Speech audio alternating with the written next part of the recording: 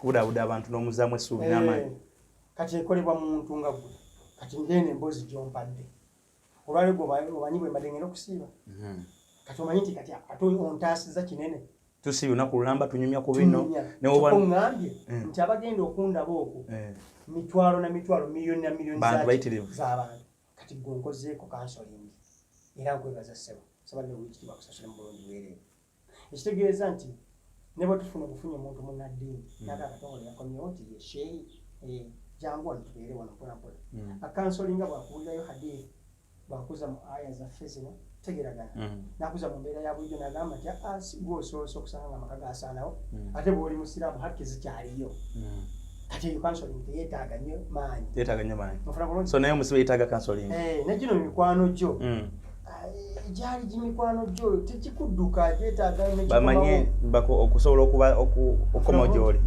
kati nga Shafiki Mabeere omulaba titubadde naye ng'alumwa alina kyamisi nga siriiwo neera bwe nakomyewo namanya nti omusajja emizimu gye gyabyalaani tandikirewo bwe ngenze ntugula akaalaani kali genkugambye naye n'akwatayo akaalaani akalala n'akampa kati nina bomeka alina ne bwayodde awo bwaveda ku mulembe n'agamba oba buno bunaateekako amapeesa n'abuteeka awo ngamba alhamdulillah abasibe bano be batugamba nti bamota naye n'agamba obambirike okudda eka gye bali kakati oddawa kukyalo kwali ova watematema famire oyo n'ogisaanyaawo kati oddawa ekitegeere wazza omusango ne bakolamu good justice ku kyalo n'ennyumba yo ne bagikolonakona n'ekibanja ne bakugobawo n'abantu bale babagobawo kati oba oddawa n'okulambula olete bakulambula kati gwe bakuta n'otandikirawo kukaaba amaziga n'ogamba ate banteeredde ekiwaakiri kamberewa kyovala nti n'obuzibu emisango bigenda bweyongera oyo ayangulirwa mangu okufuluma wali ekkomera awo ng'ekitintale nazzaawo omusango omulala ngaye bamuzeeyo embeera bamuzzeeyo mangu kubanga ate eno gyafulumye ate kiri waasi katongole siibula abawagizi n'abalali n'abatugoberera muganda wange kimbo updates ankwebaza webali ne munange obalire ddala kunnengera naawe nojjompa ofeero nsiimye nnyo nsiimidde ddala siina kinyinza kuwa nja kukuwanika emikono n'ensaba wekitibwa Allah subhanahu wa taala akugaziirize mu buli kimu akutaasa abalabewo akusitula amadaala ab'enkwe n'ab'ensaalwa Allah bakole ki abakutaase insha Allah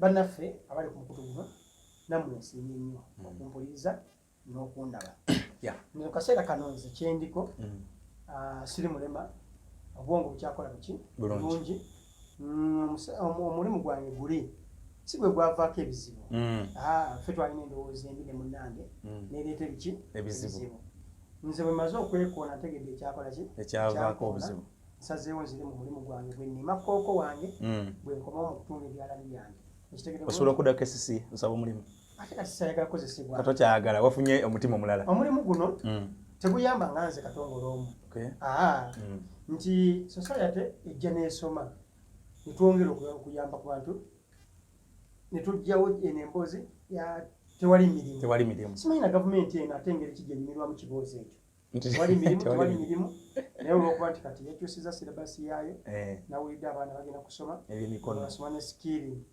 eyo naye puroguramu era yange gwewagireeta presidential initiative for radio mama eri eyo kisaasi moderator nambuuza nti bw'osanga minisita w'ebyenjigiriza kati omugamba ki 216 nemugamba nsanga gye nti Kataha Museveni mugamba akyusa silabasi y'eggwanga lino kweritambulira era yagikyusiza ndi musanyufu naye takisobola kumanya kyekyo nze nakikola kituufu kati programu yange ekyanalyzing Uganda okyagala ogitwala maaso lwakuba nti ate mwami Museveni yagibba n'agitwala mu presidential initiative for naye mukulu watwala photocopy amagezi go galina so mwena abaana beera bampuliriza yenna ayinza okuba nti asobola okubeera nga tugatta obwongo mu skilling eyo programu egiyita Chinaizing Uganda nkwaniriza andi mwetowaze ebyekitalo ennyo tikati neetaaga entandika ebyalaani eno emboozi y'okwekubagiza eggweewo okay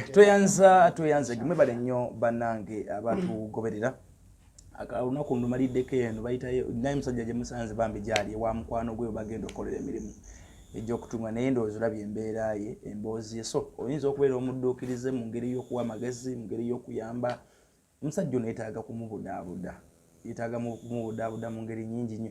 Enamba yasomye agisomye mu eri awo ojja giwuliriza ngenda nagiteeka wansi wano ojja giraba wansi awo. So sobola okubaako ky'omugamba n'omukubirako n'obaako obuyambi bw'ogenda maaso n'okuba ng'ateera omuwa. Naye nga nze sigala nkwebaza era nensaba Katonda akuwa ebyo byennyini okuwayanako kuli emmeeme ebyo bw'olya byeyagala by'abaakuwa tusobole okugatta nze naawe tubeere abawanguzi tugetuuke gye bawakanira nga tuliyo fembi nze naawe. Kale mwebale nnyo, mwebalire ddala kambagalize nate olunaku olungi. Emboozi eno gisubscribingeko, likinga, osharinge obeeko naye gwe bigamba ebigambo bino oba obeeko gw'oweereza kalinki kano naye alabeko. Kyensobola okugamba nti paati zonna zirabe okusobola okubitegeera obulungi. Bw'onooba bibuusebuuse oyinza obitabitegeera naye nga kyolina okumanya abantu mu kkomera gye bali abeetaaga okubudaabudibwa. Kale gwe osobola n'okukeera ku makya n'ogaka ngendeko bugenze luzira.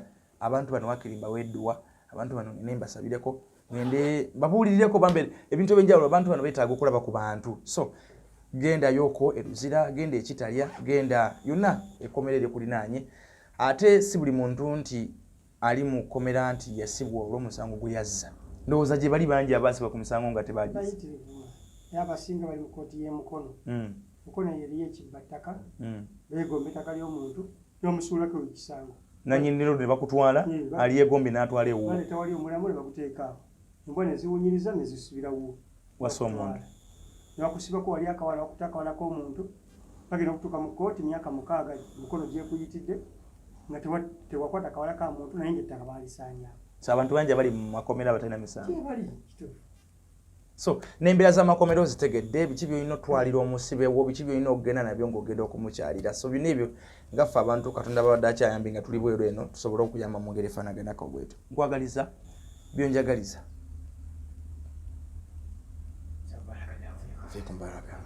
Weebale. Nawe nagambye nti kati nzizeemu buto. Bwe nfunye akasente kuno.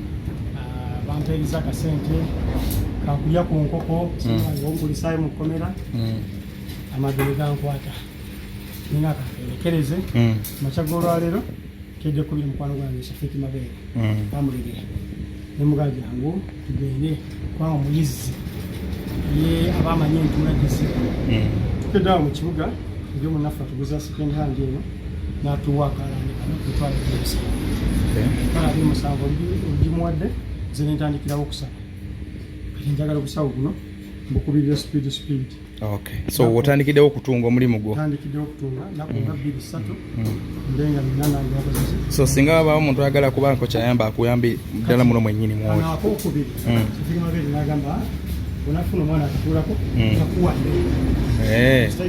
Okay. Naye nampaayo kaliwa ako inshallah kati nina kano ne kaliwa ako.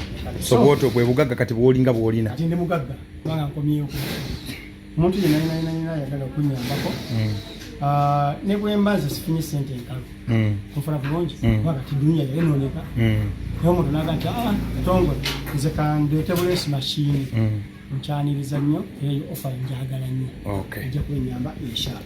Kale.